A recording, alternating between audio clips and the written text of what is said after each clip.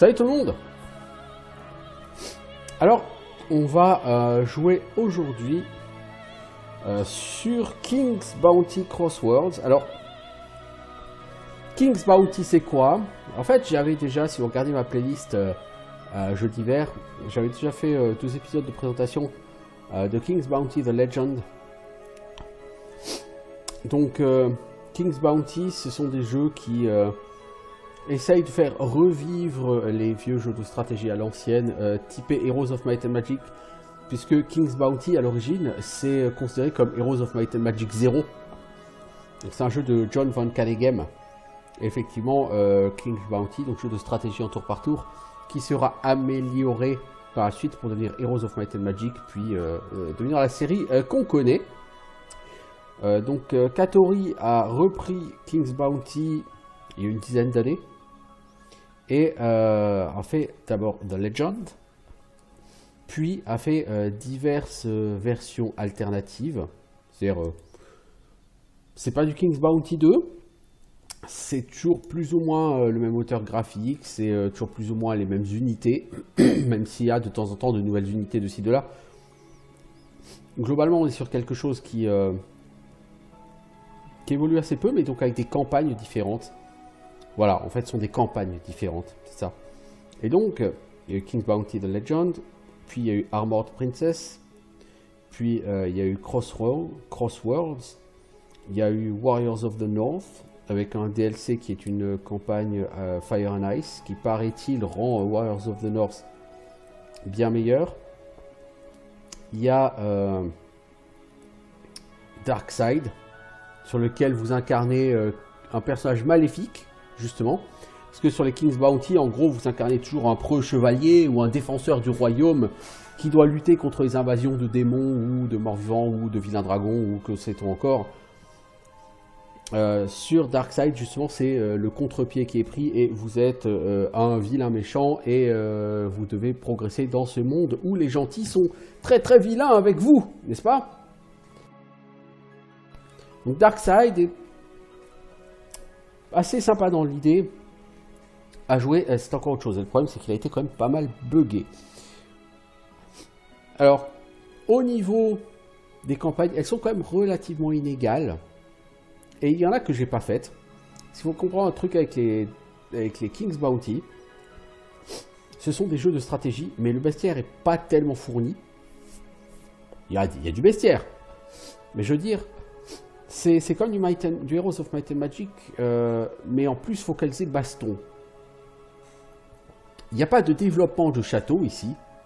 Votre château vous fournit des créatures, soit en quantité illimitée, pour les créatures très faibles, soit en quantité limitée pour les autres. Et faire très attention parce qu'une fois que la limite de créature est atteinte, tant que vous n'aurez pas avancé significativement dans la quête principale, vous n'aurez plus de troupes de ce type à recruter.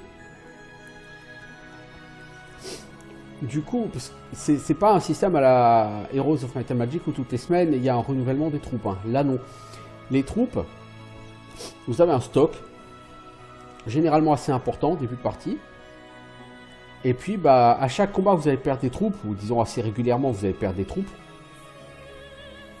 Et donc, vous allez venir piocher dans ce stock et dans ce stock. Et comme c'est un jeu qui est très très très fortement orienté combat, bah, vous allez perdre pas mal de troupes. Et du coup, bah, régulièrement, de temps en temps, vous allez avoir des troupes où vous n'aurez plus personne pour remplacer et refaire le plein de votre troupe.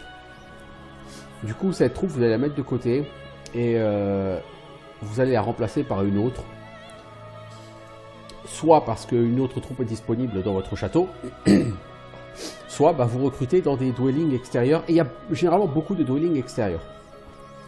Donc c'est un jeu qui va vous demander du coup de gérer de l'or pour recruter les troupes, des cristaux magiques pour pouvoir copier ou apprendre des sorts. Vous allez avoir un système de héros un peu à la Heroes of Might and Magic. Donc où vous allez pouvoir équiper des objets, etc. Tout ça, on va le voir ensemble. Alors, Crosswords, c'est basé sur Armored Princess. Crosswords est considéré par beaucoup de monde comme le pinacle de King's Bounty. Avant Warriors of the North, qui est considéré comme pas terrible, et Darkside, pareil, pas terrible, en général considéré comme ça par les fans. Moi après, je les aime bien tous. Vous allez voir que donc, le problème avec King's Bounty, c'est que vous faites des combats et des combats et des combats et des combats. Et ce sont des jeux ultra linéaires. Et sur le long terme, peut devenir très répétitif. Voilà. Donc il est peu probable que je mène une campagne à son terme. Une campagne de King's Bounty, c'est quelques dizaines d'heures.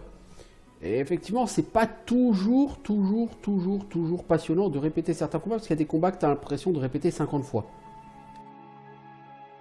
En vérité, à chaque fois, il y a quelques mobs de plus dans la troupe adverse, histoire de rendre le combat un petit peu plus difficile. Mais on va voir ça ensemble. Du coup, Armored Princess était considéré comme le plus intéressant. Orcs on the March, c'est une extension du monde de jeu originel.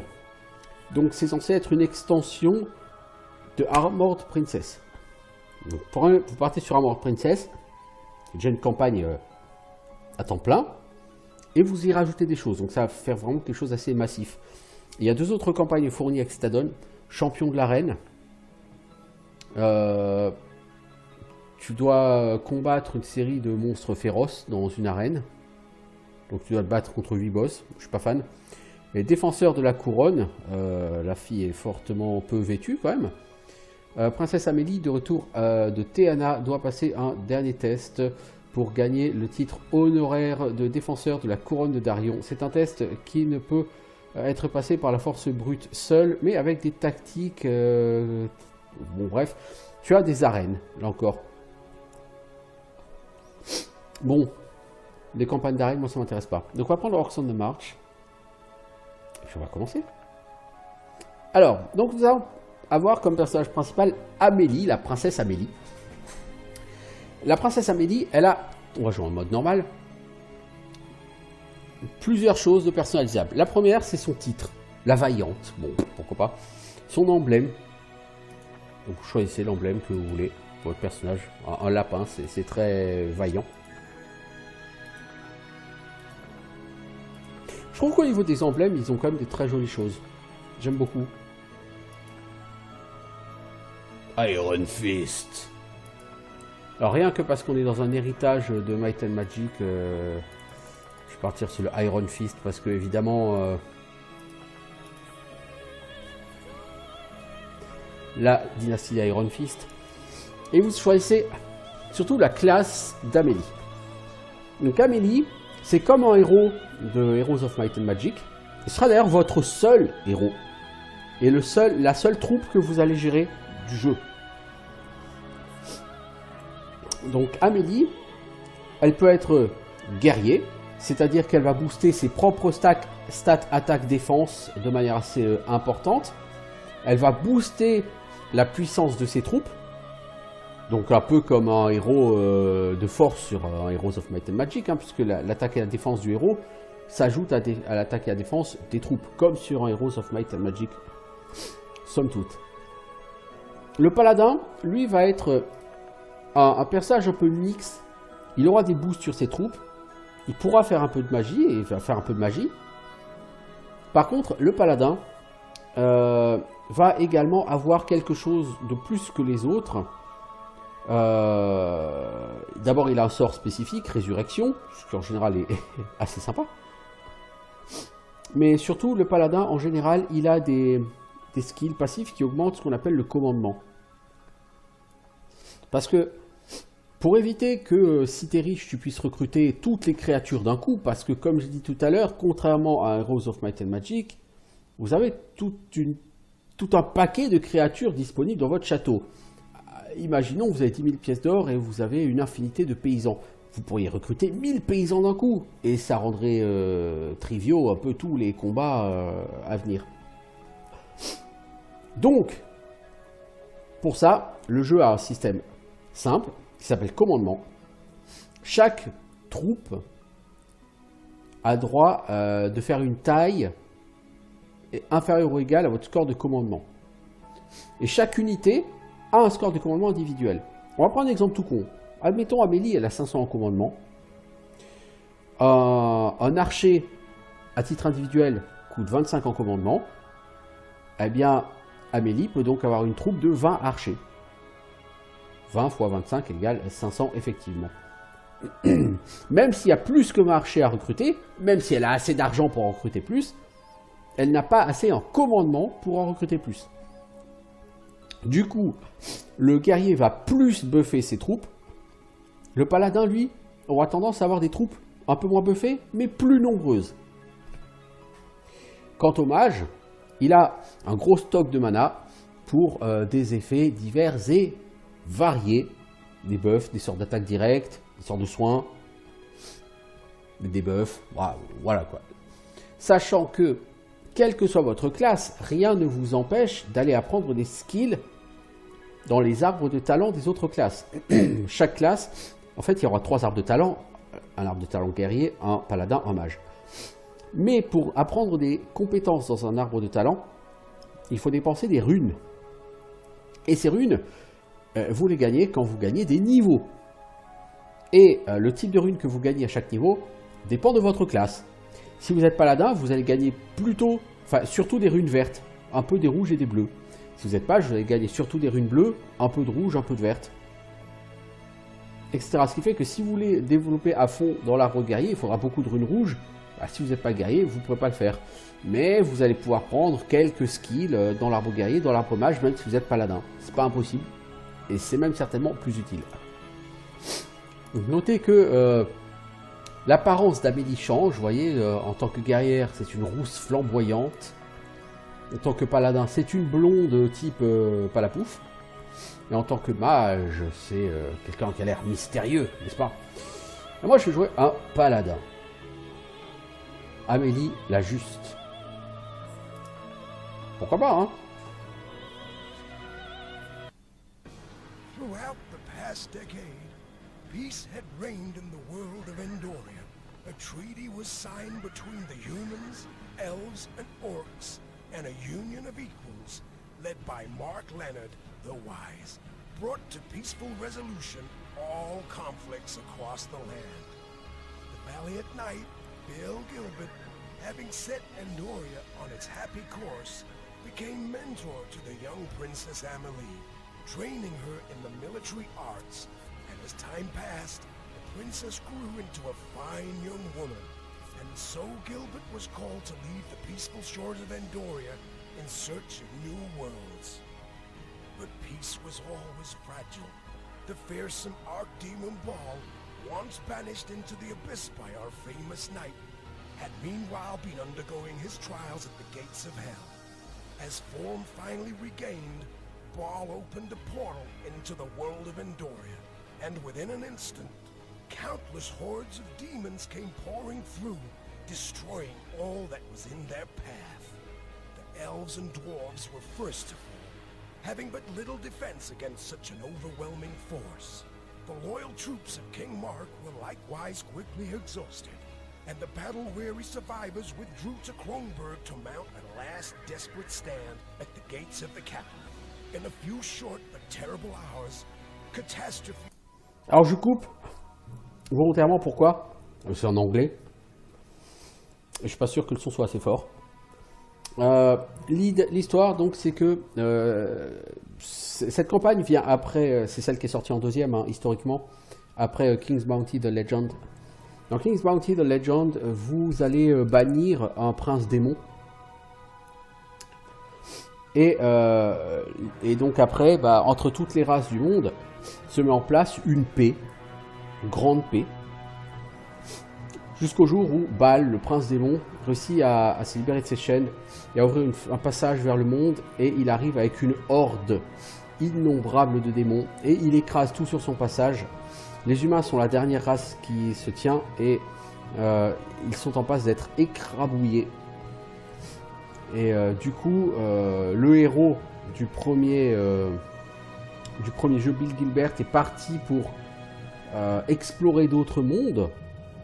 Et en fait, toi, Amélie, ça va être la même chose. L'idée, c'est que tu es censé aller rechercher Bill Gilbert, le grand héros, Et donc il va falloir que tu partes vers un autre monde. Donc ça va pas se passer, l'histoire ne va pas se passer sur ce monde-là, autour du château du roi Marc, le père de la princesse Amélie. Mais on va donc commencer, nous sommes à Greenworth. Greenworth, c'est là que tu commences sur le premier King's Bounty. Hein. Si vous regardez mes vidéos sur donc de présentation de King's Bounty, vous verrez qu'effectivement ce château vous reconnaîtrez un Greenworth. Mais là voilà Baal qui est là et il est pas content. Alors, je vais parler avec mon padré. Le roi Marc et Chivarius. Donc au niveau de la présentation dans le château, vous voyez ici à droite votre personnage avec sa fiche de personnage. Là son inventaire. Ici, dans la partie centrale, il n'y a rien. Là vous voyez les deux PNJ avec qui vous pouvez interagir. Parfois il n'y en aura qu'un, parfois il y en aura... Voilà. Et là, l'équipement et les sorts vendus dans ce château. Moyennant finance, vous pourrez acheter des parchemins de sorts ou des objets magiques. Et ici, les troupes disponibles dans ce château. Avec la garnison au cas où il y aurait un siège. Bon. Donc on voit que, par exemple, Amélie a deux objets en inventaire qu'elle n'a pas encore équipés. Portrait du chevalier. Une peinture du chevalier Bill Gilbert. C'est une peinture qui donne +1 au moral de tous les humains. C'est un type artefact. Donc les artefacts, on peut les mettre là. C'est tout. Et ça, le sablier du temps. Symbole des gardiens, une création puissante d'un autre monde. C'est un objet de quête, donc il n'est pas équipable. Donc on va mettre ce symbole-là. Ce qui augmentera le moral de nos troupes. Donc au niveau des troupes, vous allez voir qu'il y a quand même un certain nombre de similitudes avec Heroes of Might and Magic. Ces paysans, par exemple, vous voyez, ils ont un score d'attaque. Attaque 3, défense 3. Vous voyez, entre parenthèses, le 1-1. Ça, a priori, sont les stats de base. Initiative 3, bah, celui qui a le plus d'initiative joue en premier, donc c'est du tour par tour, comme sur Heroes of Might and Magic. Speed 2, donc c'est une créature très lente. Critique 12%. Dégâts 1 à 2 par unité, point de vie 6. Et voyons, leadership 5. Donc elle a une stat de leadership, elle est écrite en bas, 140. Donc sachant qu'elle a ces 5 de leadership par paysan, elle peut donc avoir 28 paysans au maximum dans son armée. 28 x 5 égale 140. Elle en a 28. Les swordsman, on voit d'ailleurs que les paysans c'est du niveau 1. Hein, c'est écrit en haut à droite de leur fiche du personnage, level 1. Et après, elle a des archers, niveau 2, leadership 50, et des swordsman, niveau 2, leadership 35. Donc, on voit que les swordsman ne sont pas très rapides, les bowmen non plus. 34 points de vie l'archer, 35 points de vie le swordsman. Les archers ont été buffés par rapport à The Legend, me semble-t-il. Bref, ça, on regardera après. Pour l'instant, on va parler au roi Marc. Ma fille Amélie, assieds-toi avec moi, j'ai besoin de te parler sérieusement. Pourquoi m'as-tu appelé mon père? Juste à l'extérieur des murs de Kronberg se tient l'armée de Baal. Nous n'avons rien à leur opposer. Demain, nos magiciens auront perdu leur force et les démons écraseront le château. Cependant, je dois te faire 2 requêtes. J'espère que tu me comprendras et que tu n'iras pas à mon encontre. D'abord, en tant que père, je dois te protéger. Ce soir, un zeppelin nain arrivera. Il est censé t'emmener vers notre peuple à Murok. À notre connaissance, c'est la seule terre qui n'a pas encore souffert de l'invasion des démons. Bien sûr, il y a les orques de Murok à gérer, mais nous avons récemment signé un traité de paix avec eux. Tu pourras...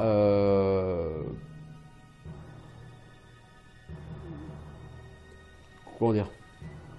Avec toi, pardon, volera une escouade de la garde royale, chargée de te protéger. Alors, mais ceci n'est pas ouvert au débat. Tu es le seul successeur du trône et je dois te protéger. Quelle est ta seconde requête? Tu te souviens l'horloge du temps qui t'a été laissée par Bill Gilbert lorsqu'il est parti pour Tiana? Oui, oui, je l'ai avec moi. Cette horloge du temps, c'est ce qui a permis à Bill Gilbert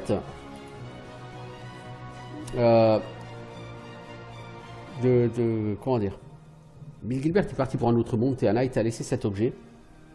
Et personne, enfin toi tu sais pas à quoi il sert. Et donc ton père t'explique que cette horloge appartient au gardien des temps qui est scellé dans le coffre de rage de Bill Gilbert. Ces horloges changent la vitesse de déroulement du temps autour de toi. Lorsque tu te sens assez mal, le temps est accéléré pour que tu puisses te remettre d'aplomb plus vite. Et lorsque tout va bien pour toi, alors le temps se ralentit pour que tu puisses apprécier chaque seconde. Nous, mortels, ne pouvons pas comprendre de telles choses. Mais mon conseiller en chef, l'archimage Chivarius, m'a dit qu'avec l'aide du sablier, il est possible de créer un trou dans l'espace et peut-être d'arrêter le temps lui-même. Il a promis d'aller trouver Bill Gilbert et de le forcer à avoir son aide pour vaincre les démons.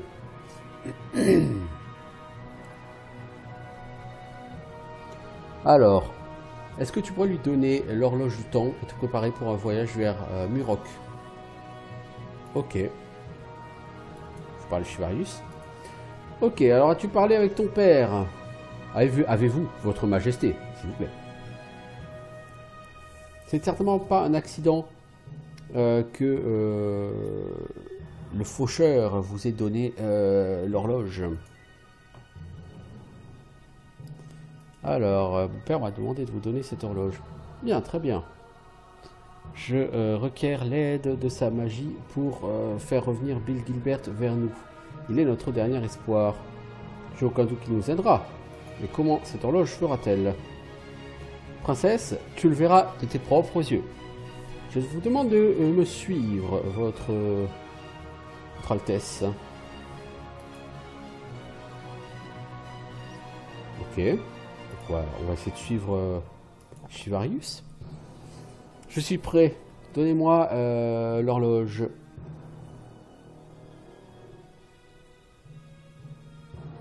Ne puis-je pas aller avec vous à Théana? Tout d'abord, vous êtes la seule fille du roi et héritière du trône. Dans un autre monde, vous deviendrez un fardeau pour moi. Pardonnez-moi, votre Altesse, mais je ne peux pas vous emmener avec moi. Et donc là, par contre, on n'a pas le choix. On ne peut pas lui dire « Ok, pars tout seul ». On est obligé de lui dire « Tu as raison, je suis une princesse et je t'ordonne, mage, Chivarius, donc emmène-moi avec toi. » On peut dire mentir. Mon père m'a dit d'aller avec vous. Ou n'oubliez pas que je suis la fille des dieux. C'est tout à fait vrai, je suis une princesse et je te l'ordonne. Excusez-moi, votre majesté. J'ai déjà mes ordres de votre père et je ne lui en prendrai pas sa seule fille pour l'emmener dans un monde étranger plein de dangers inconnus. Alors moi je te donnerai pas l'horloge si tu m'expliques pas ce que tu fais et ce qui se passe. Ok, alors je vais vous dire ce que je comprends, princesse. Vous savez que avant que Bill Gilbert ne parte sur sa dernière quête, j'ai parlé avec le gardien du temps. Qu'il garde dans son fameux coffre. Le gardien m'a expliqué la substance du temps. Ces sabliers sont les âmes des gardiens. Sans ces réceptacles, les gardiens ne sont rien d'autre qu'une substance amorphe, incapable d'exister dans notre monde. Lorsque l'un de ces sabliers se remplit, l'âme du gardien est renaît, quoi. Comprenez-vous? Oui. Alors si je casse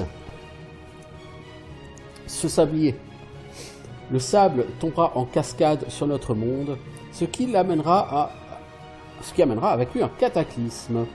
Un trou sera créé dans l'espace et le temps. Un trou qui attachera notre monde avec le monde du gardien du temps. J'ai l'intention de passer par ce trou et de voyager vers l'autre monde, celui qui doit être l'endroit où se trouve Bill Gilbert, puisque le gardien du temps est avec lui dans son coffre. Donc j'ai l'intention de le trouver et de le ramener dans notre monde. Et si tu n'as pas assez de temps pour revenir... Mais c'est là qu'est la clé, tu vois. Vous voyez, pardon. Le gardien est éternel. Son âme ne connaît pas le temps.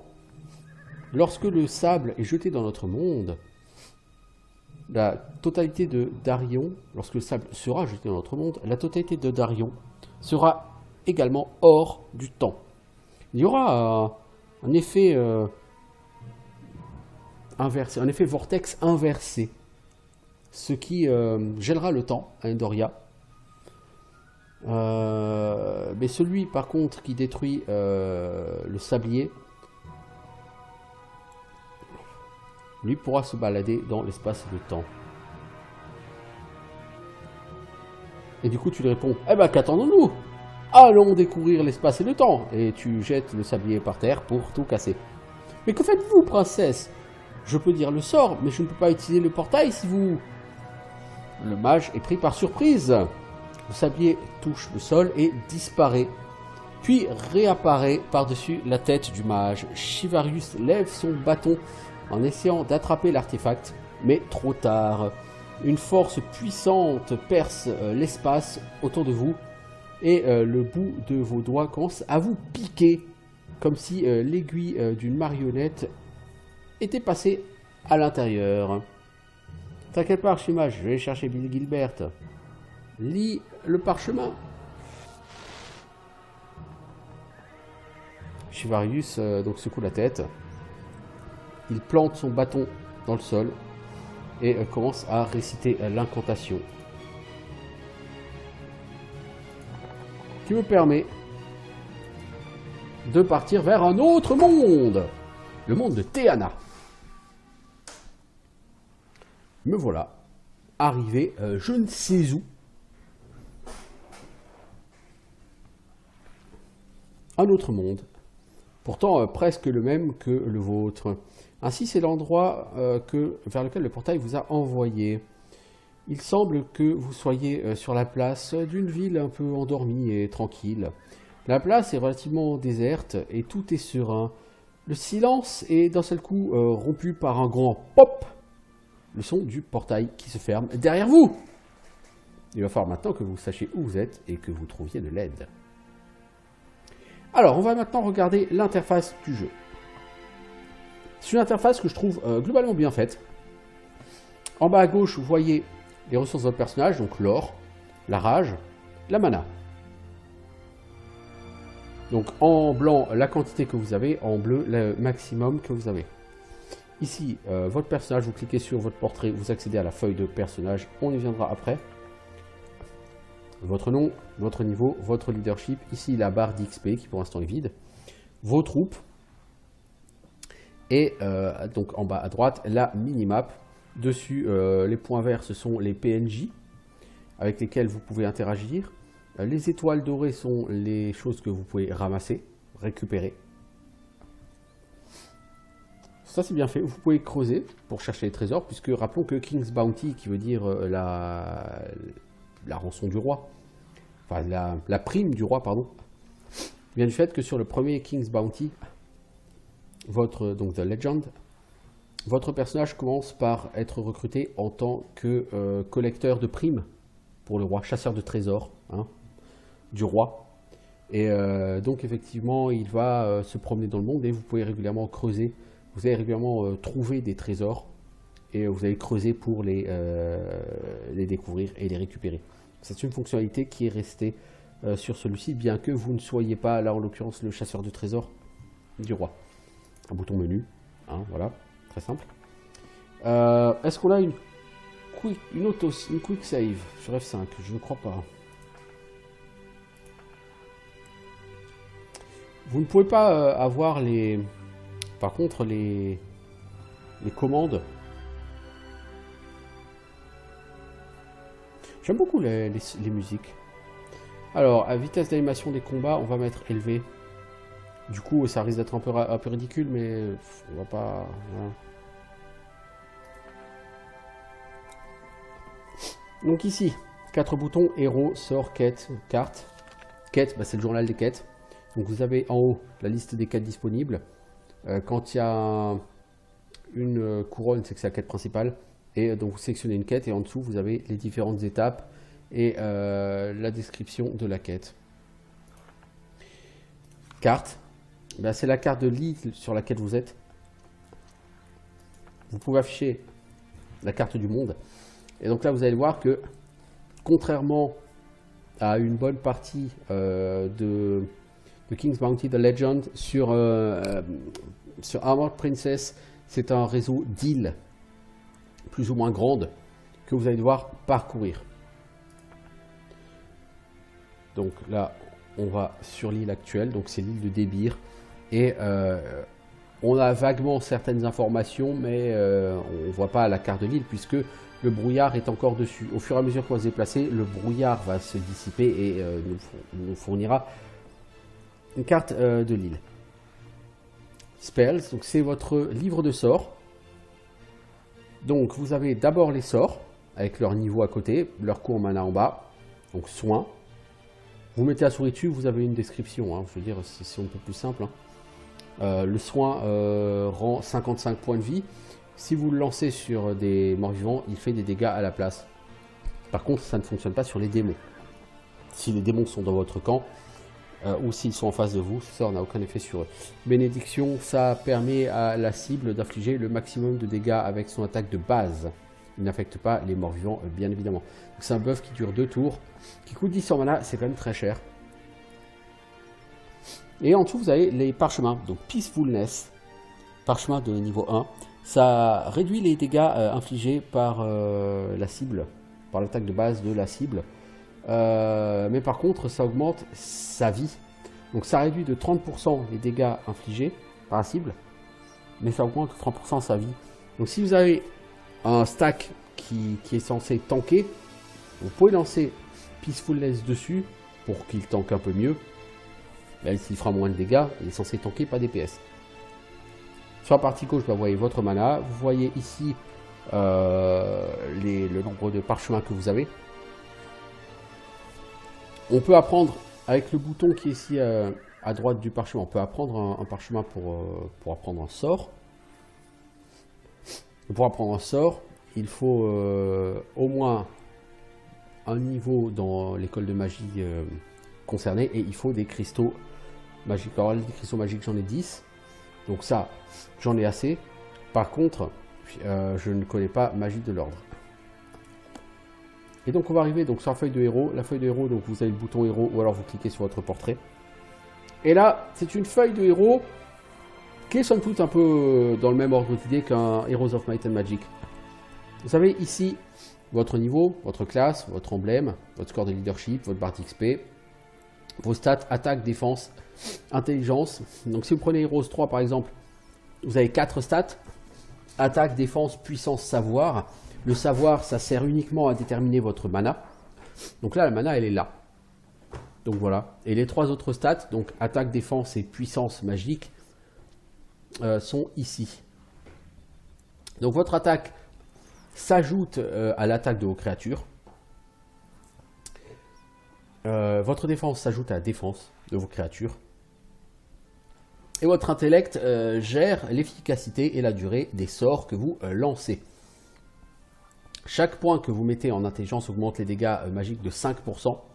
Et tous les 7 points, vous avez 15% de dégâts supplémentaires. Et tous les 20 points, la durée de certains sorts sera augmentée d'un round. Au moins, les choses sont clairement expliquées. Il n'y a pas de problème de tooltip. Les tooltips sont assez clairs. Par contre, le système d'attaque contre défense n'est pas clairement expliqué. Bon, peu importe. Ici, donc, les ressources que vous aviez en bas à gauche du jeu. Les awards. Donc ça, ce sont des bonus que vous pourrez obtenir. Par exemple, si vous gagnez 10 combats sans perte, vous aurez la médaille 1, médaille de l'ordre rang 1, ce qui vous donnera plus 200 leadership. Donc en général, vous avez plusieurs niveaux hein, dans chaque award. Par exemple, dès que vous aurez tué un dragon, ça vous débloquera Dragon Slayer. ce qui vous fera plus 10% d'expérience pour votre pet dragon. Le pet dragon, je suppose qu'il sera indiqué ici. Pour l'instant, on ne l'a pas. Donc là, la fiche de personnage. Ici, un lien vers le livre des sorts. Vous pouvez ici mettre votre inventaire en plus grand. Là, donc, vous avez l'inventaire, votre armée, avec deux possibilités d'avoir des troupes de réserve. Mais ça, c'est un skill que vous apprenez si vous êtes paladin.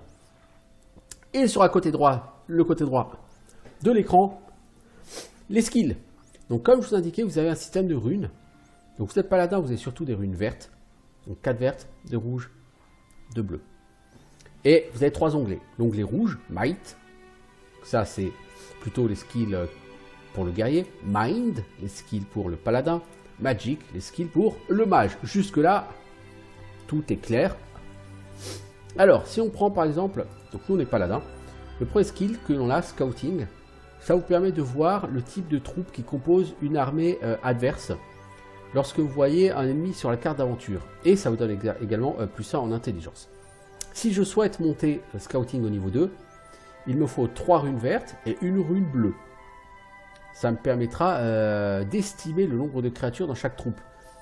Par exemple, si je vois un serpent qui se balade sur le monde, si j'ai pas Scouting, je ne peux pas savoir ce qui compose exactement ta troupe. Parce qu'il n'y aura pas que des serpents.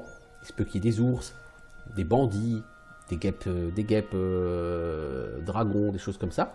Avec. Ça, je ne le sais pas. Avec Scouting, je saurai quelles sont les créatures qu'il compose. Je saurai qu'il y a, par exemple, des serpents, des ours et des bandits. Je ne saurais pas en quelle quantité. Avec Scouting niveau 2, j'aurai une estimation à la Heroes of Might and Magic.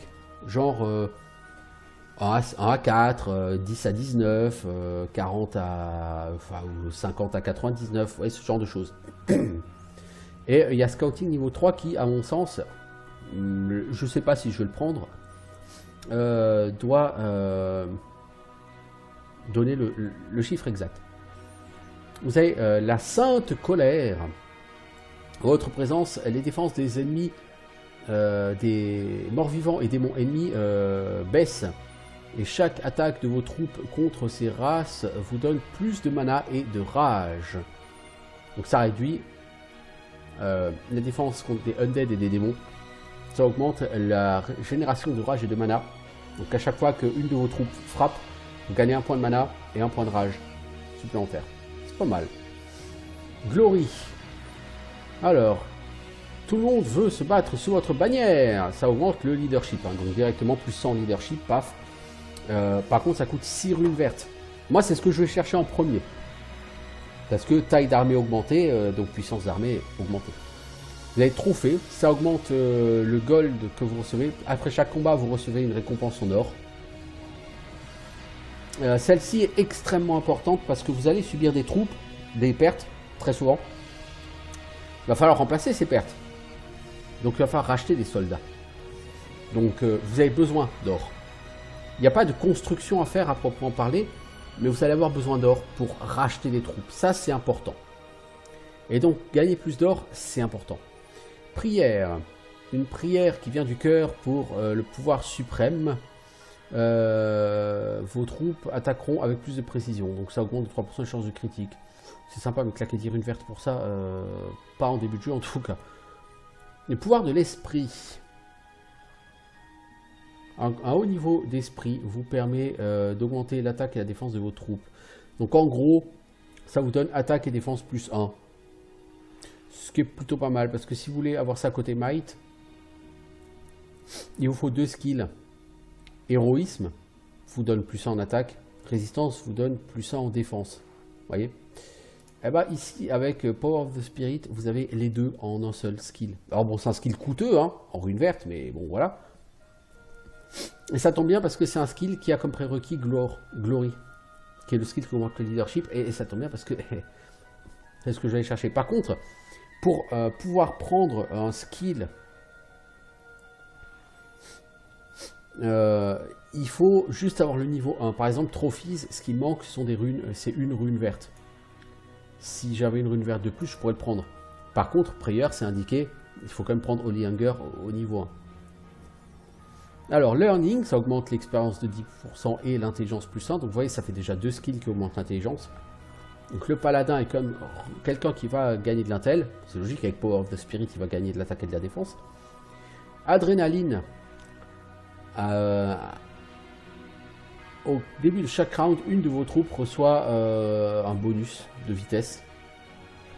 Et les orques, eux, reçoivent de l'adrénaline à la place. Neatness, netteté. C'est utile dans la gestion des machines. Vous pouvez détruire des objets magiques pour acquérir des objets, des cristaux de mana. Mais là, ça vous permet d'avoir plus de cristaux de mana quand vous cassez les objets.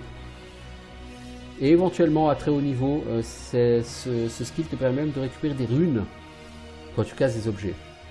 Et ça augmente accessoirement ta mana. Persuasion, ça permet d'augmenter le moral des humains et des elfes. Bon. Diplomatie, si tu affrontes des troupes que tu as dans ton armée, bien une partie des troupes adverses vont te rejoindre et quitter l'adversaire, mais à condition que tu aies assez de leadership pour les avoir dans ton armée. Si par exemple tu es limité à 28 paysans, si maintenant je rencontre des paysans, eh ben, il n'y en a pas qui vont venir chez moi puisque je n'ai pas de leadership pour les recevoir. Équilibre absolu, ça augmente la rage et le mana. C'est très bien. Résurrection, ça c'est un sort qui est spécifique au paladin. Tout comme là il y a un sort et là il y a un skill qui ne seront pas disponibles pour moi parce que je ne suis pas guerrier ou mage. Résurrection, après la bataille, une partie de vos créatures sont ressuscitées. Donc lorsqu'un de mes détachements est détruit, ça relève 60%. Du coup ça augmente aussi le sort résurrection de 10%. Voix du dragon, un don spécial des dieux, la capacité de parler le langage des animaux, ce qui vous permet de les commander plus efficacement, donc plus en morale pour les animaux et de la rage en plus. Dans la version de base de Armor Princess, Scouting, je suis pas sûr qu'il y avait intellect dessus. Alors en might, vous avez héroïsme qui augmente l'attaque, résistance à la défense, contrôle de la rage qui augmente la rage maximum et l'adrénaline maximum. Ça c'est un truc qu'il faudra prendre à terme, hein, comme voilà. Assaut, initiative plus 1, rage plus 5, 10 adrénaline, distribué aux orques sous votre commandement. Prudence, ça augmente encore la défense. Donc vous avez 2 skills qui augmentent la défense, hein, donc vous pouvez gagner vraiment pas mal de défense si c'est ce qui vous intéresse. Entraînement, XP plus 20. Mais pour le pet dragon, hein, pas pour vous. Hein. Alors, tir rapide. Vous pouvez... alors, vous avez plus d'initiative, plus d'attaques sur vos archers et d'initiative sur vos archers. Opération de nuit. Lorsque vous êtes en sous-sol et la nuit, vous recevez attaque et défense plus 2 pour le premier niveau. Colère, ça augmente le gain de rage pour ton dragon. Frénésie, ce qui donne plus 2 aux attaques. Mais c'est pour tes troupes lorsqu'elles tuent une autre troupe. La puissance de l'obscurité, ça augmente l'efficacité, donc l'attaque des morts-vivants sous ton contrôle. Tactique, c'est le skill tactique de Heroes of Might and Magic, hein, donc tu peux réarranger tes troupes sur le champ de bataille avant de commencer. Revenge, lorsque tu fais une contre-attaque, tu as plus de chances de faire du crit. Honnêtement, sur les skills de guerrier, je suis pas impressionné par les skills haut niveau. Vraiment. Pour moi, il y a des skills qui sont très intéressants comme Rage Control, Résistance, Héroïsme. Ceux-là sont très très bien. Et en magie, vous avez Sagesse qui augmente votre mana et le nombre de parchemins que vous pouvez avoir dans votre livre. Actuellement, je suis limité à 8 parchemins dans mon livre. Linguistique qui augmente l'intelligence directement. Alchimie qui réduit le nombre de cristaux requis pour enregistrer un sort. Magie de l'ordre qui permet d'apprendre les parchemins de la magie de l'ordre. Magie de la distorsion qui permet d'apprendre les parchemins de la magie de la distorsion. Transmutation. Ça permet de convertir en mana la mort de tes troupes. Donc en fait, à chaque fois qu'une de tes troupes meurt, tu gagnes plus 4 en mana. Lumière magique. Mais c'est quand une de tes troupes meurt, hein, pas juste une unité. Hein. Parce que sinon, tu envoies 500 paysans au combat et tu te retrouves avec 3 milliards de mana. Lumière magique.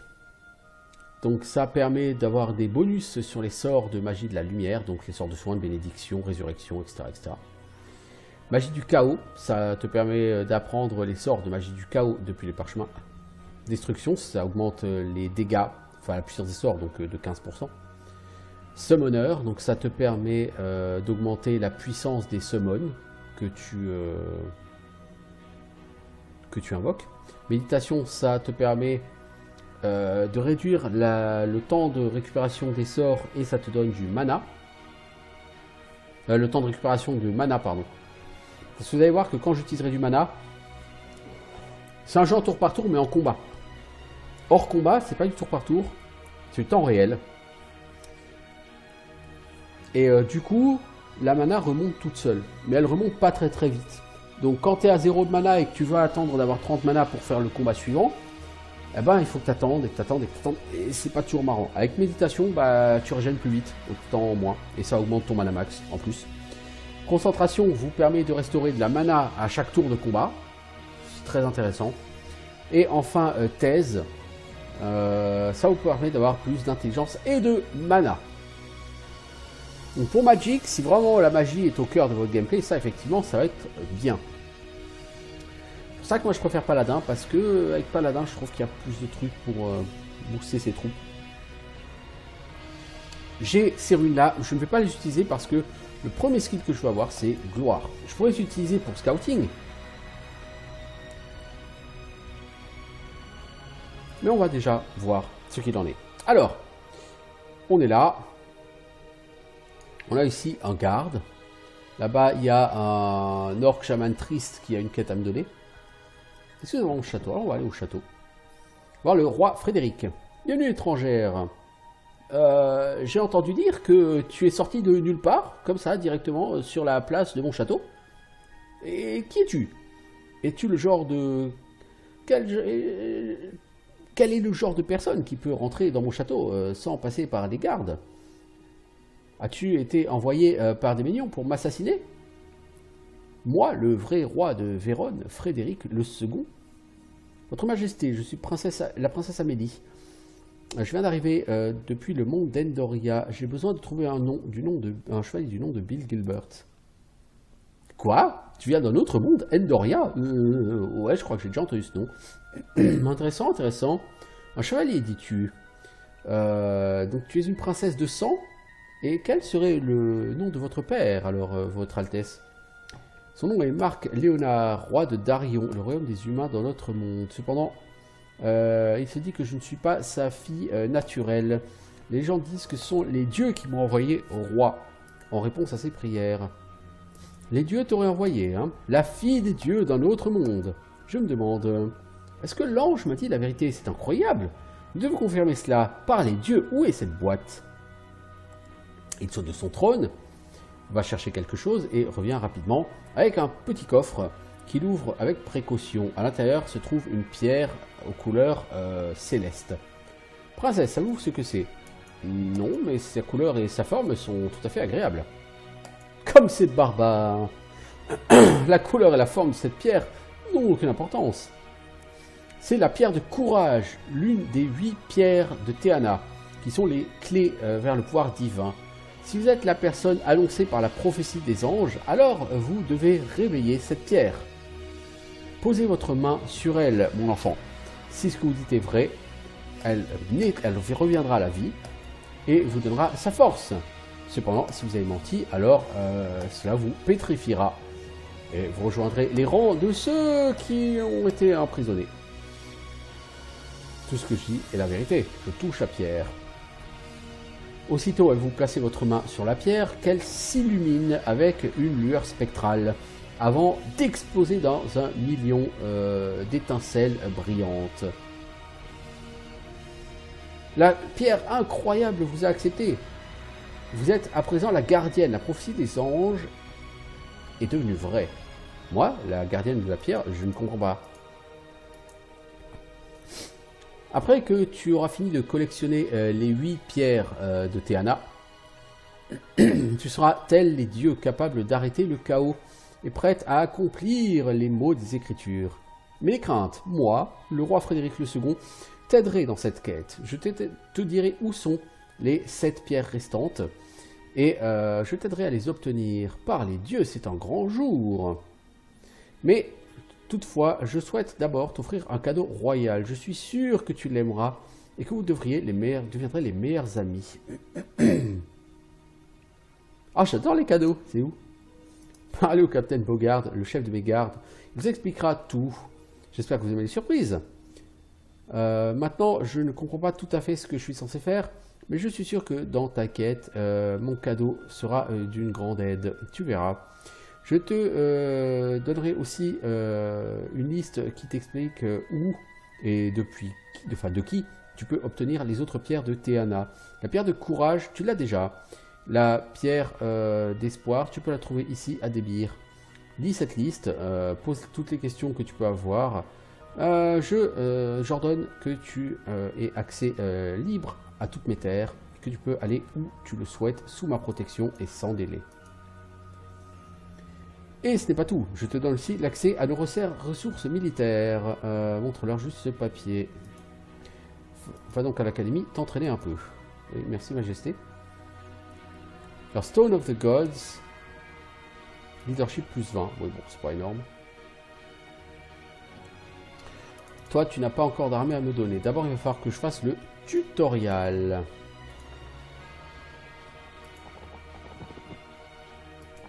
Alors, tutorial boy. Eh, c'est qui? Qui es-tu? Son Altesse Royale, la princesse de Darion et d'Andoria. Ah ouais, garde tes contes de fées hein, pour notre abruti. Devant toi se tient le chef de la garde royale. Mais bon, il y a un moment tu n'étais pas là. Maintenant tu es là. Qui es-tu? Je suis Amélie. Le roi Frédéric m'a envoyé recevoir mon don. Et tu vas aussi me montrer mon bateau. Princesse Amélie, je m'excuse. Le cadeau royal, un pet dragon, vous attend. Un dragon... Un dragon apprivoisé, c'est impossible.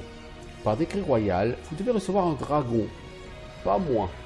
Laissez-moi ouvrir la porte pour vous. Maintenant, allez à la ferme, parlez avec Martha. Elle vous expliquera tout.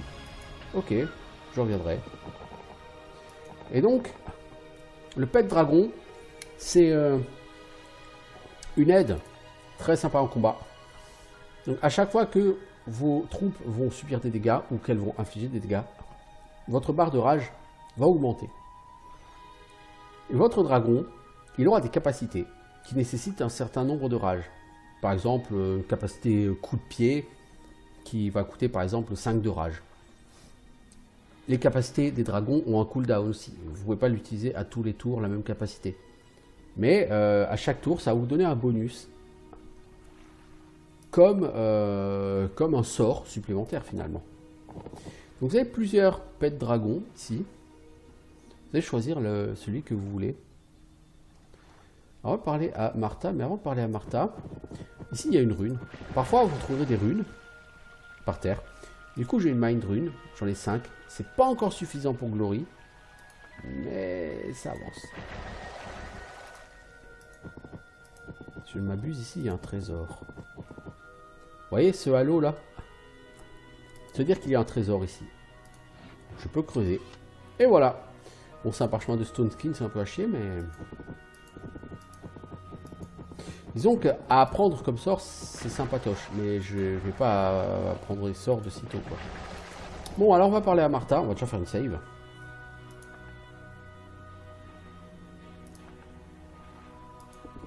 Salut Martha. Votre nom est Amélie, n'est-ce pas? Eh bien, tu ressembles vraiment à une vraie princesse. J'espère que tu apprécieras ce cadeau royal. Regarde à ces jolis dragons. Tu peux prendre celui que tu veux. Et celui que tu choisiras grandira et sera ton ami. Il te protégera lors du danger. Alors.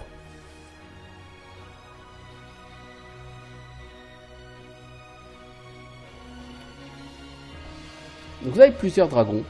Vous avez le bleu qui vous donne plus 1 initiative aux animaux et aux dragons. Et il a la capacité accélérateur de mana. Vous savez pas ce que c'est? Moi non plus. Le rouge, il vous donnera plus 5 en rage. Il a la capacité accélérateur de mana. Le violet, plus 100 en attaque avec la capacité Ball of Lightning. Le vert,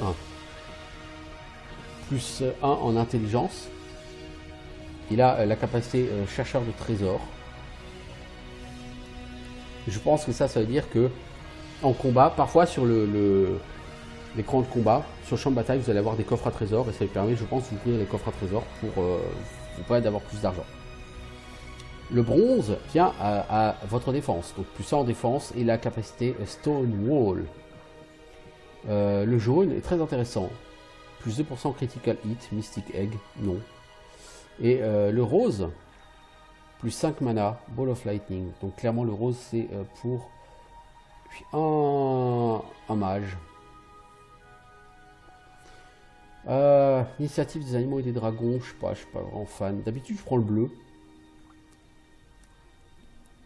Et en fait le violet...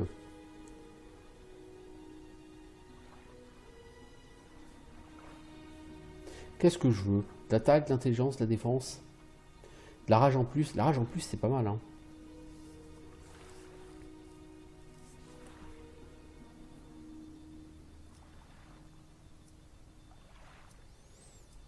En fait, la rage en plus, c'est intéressant pour lancer des skills de plus haut niveau. Parce que quand ton dragon gagne des niveaux, tu peux améliorer ses skills pour qu'ils aient un effet supérieur, mais ils vont coûter plus cher en mana, en rage.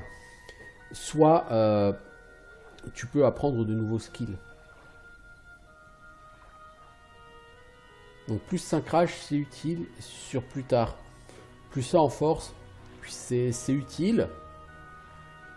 C'est... Je sais pas...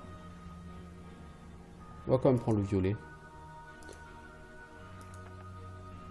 On va laisser appeler Draco, pas de raison. Et donc voilà notre pet, dragon. Et vous voyez donc ici les compétences disponibles. Il y a 9 compétences disponibles. C'est les mêmes compétences pour tous les dragons. Mais au départ, le mien commence avec Ball of Lightning. Il peut envoyer un Ball of Lightning qui fait perdre 10 à 15% de la vie totale d'une troupe. Et il a une chance de stun l'ennemi. Moi, je vais surtout utiliser Crushing Blow parce que ça kick l'adversaire. Et si la cible est de niveau 1 à 3, elle sera repoussée d'une case. 90 à 100 points de dégâts en début de partie, c'est plutôt pas mal. Parce que si vous balancez ça sur des paysans, vous allez en tuer 15 quoi, d'un coup. C'est pas rien. Hein. C'est pas rien. Ball of Lightning, c'est bien. C'est plus pour la fin de jeu où vous allez, si vous avez par exemple une troupe de 150 Game Dragon, 15% de dégâts. 15% de dégâts, c'est vous allez en tuer 20 quoi. Et généralement, c'est plus de dégâts que vous pouvez en faire sur Crushing Blow. Donc, Ball of Lightning, en fin de combat, ça peut être intéressant. Le problème, après, c'est 15 orages, quoi. En fait, je suis pas convaincu par Ball of Lightning.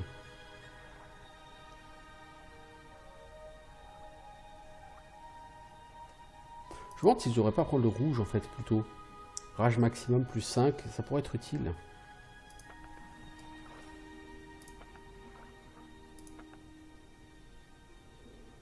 C'est plus ça en attaque, c'est pas forcément fondamental.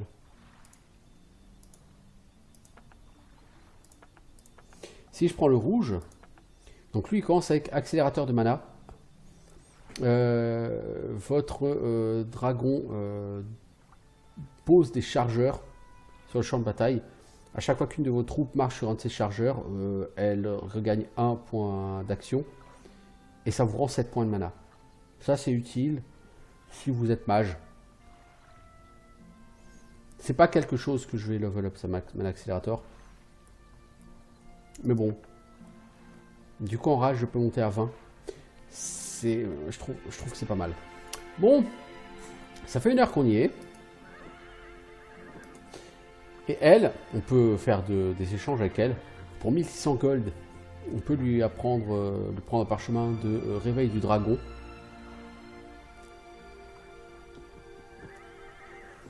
Ça éveille ton dragon endormi. Ça te coûte du mana. Alors je sais pas exactement ce que ça fait, mais bon. Potion de rage, ça permet de regagner 30 points de rage. Ça peut être utile en tout début de combat. Si vous voulez que votre dragon agisse tout de suite en début de combat. Et les gants lézards, ce sont des gants. Plus ça en attaque, 5% de chance de critique et ça augmente Mana Accelerator. Ok, non. Ok. Bon.